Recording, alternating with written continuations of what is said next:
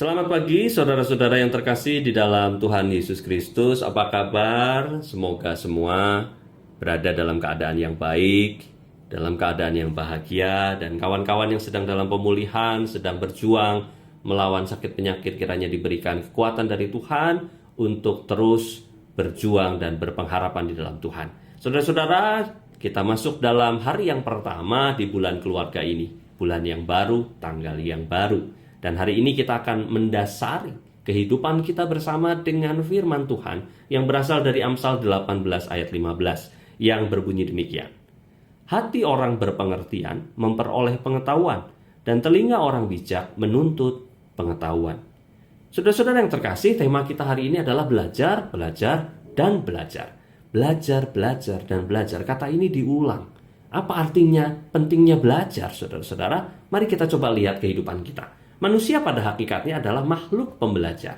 Dari awal kehidupannya, dari awal dia datang ke dunia dalam bentuk seorang bayi, saudara-saudara, kita tahu bahwa ada pembelajaran yang berlangsung di sana.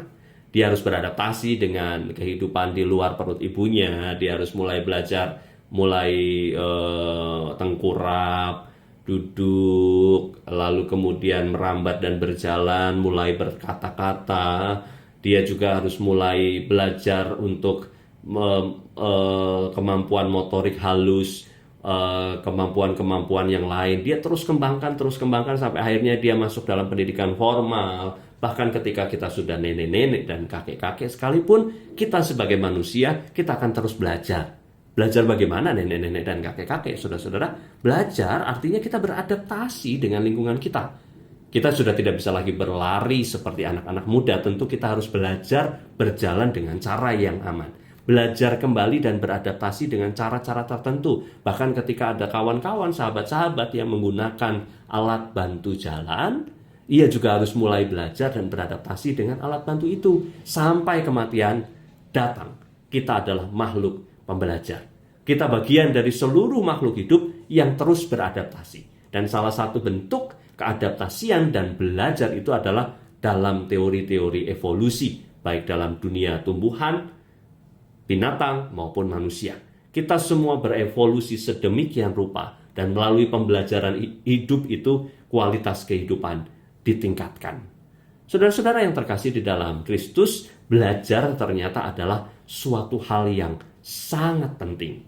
Amsal mengatakan bahwa hati orang yang berpengertian memperoleh pengetahuan. Orang yang berpengertian, yang membuka dirinya, yang membuka hatinya, yang membuka pikirannya, dia akan mendapatkan pengetahuan. Orang yang haus akan segala sesuatu yang baru, yang baik, yang berkembang, orang itu akan terus mencoba untuk membangun dirinya lebih berpengetahuan.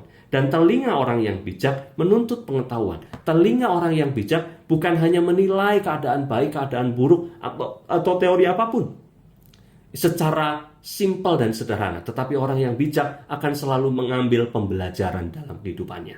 Jadi saudara-saudara, kita tahu untuk menjalani kehidupan yang lebih baik, dalam iman kita percaya, kita harus senantiasa bersedia belajar, mengembangkan diri kita, mengembangkan kompetensi kita. Seorang tokoh bernama Maxwell Maltz yang menulis buku Psycho-Cybernetics, ia mengatakan bahwa hampir semua hal yang dialami dalam kehidupan manusia, nyaris semua hal itu dikaitkan dengan upaya manusia untuk membangun kompetensi dirinya demi beradaptasi dengan kehidupannya, demi membangun kehidupan yang lebih baik. Anda ingin iman Anda lebih baik dan bertumbuh?